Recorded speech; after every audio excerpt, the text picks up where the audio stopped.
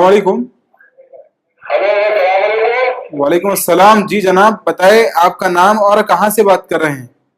हाँ, मैं हैदराबाद से बात कर रहा हूँ।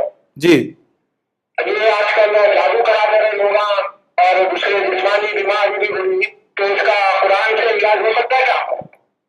अच्छा, माशाल्लाह। ठीक है, जज़ाकल्लाह खैर। आपका वालेकुम जवाब। अस्सलाम वरहमतुल्लाहि वबरकातुहू। देखिए कुरान मजीद को अल्लाह सुब्हानहू व तआला ने शिफा का वनुनज़्ज़िलु मिनल कुरान मा हुआ शिफा व रहमतुल लिल मोमिनीन, यह रहमत है, शिफा है। या अय्युहन्नासु क़द जाअतकुम मौइज़तुम मिर रब्बिकुम व शिफाउल लिमा फिस सुदूर। शेख बिन बाज़ रहमतुल्लाह अलैह ने कहा लोगों के लिए, यानी कि लोग यानी कि मुस्लिम और गैर मुस्लिम सबके लिए शिफा मिल सकती है कुरान मजीद से। तो जिन हो, जादू हो, नजर बद हो, और इसी तरीके से जितने भी ऐसे बीमारियां जिसको आप कहते हैं बातिनी बीमारियां या रूहानी बीमारियां या ना दिखने वाले फोर्सेस से अटैक, ये जितने किस्म के वहमो गुमान, इस पर हमारी सीरीज है खौफ क्या सच क्या झूठ, एक 24 एपिसोड है, और डिटेल में देखेंगे तो आपको समझ में आएगा कि उससे हमने बताया कि कुरान मजीद की आयतें पढ़ने से कैसा शिफा मिलती है, सूरह फातिहा से शिफा मिलती है। कम से कम आपको कुछ भी समझ में नहीं आया, आपके बच्चों को तकलीफ होती है, सूरह फातिहा पढ़कर बच्चों पे दम कर दीजिए इंशाअल्लाह।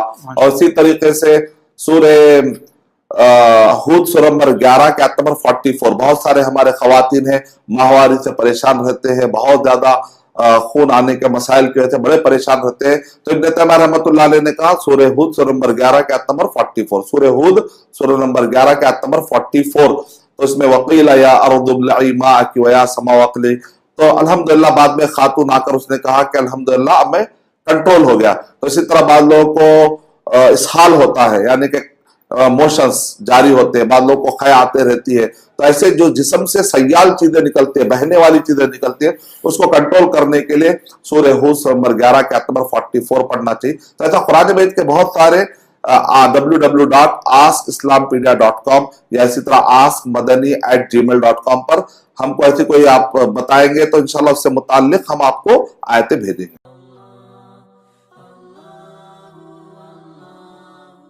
For authentic Islamic information, please log on to www.askislampedia.com.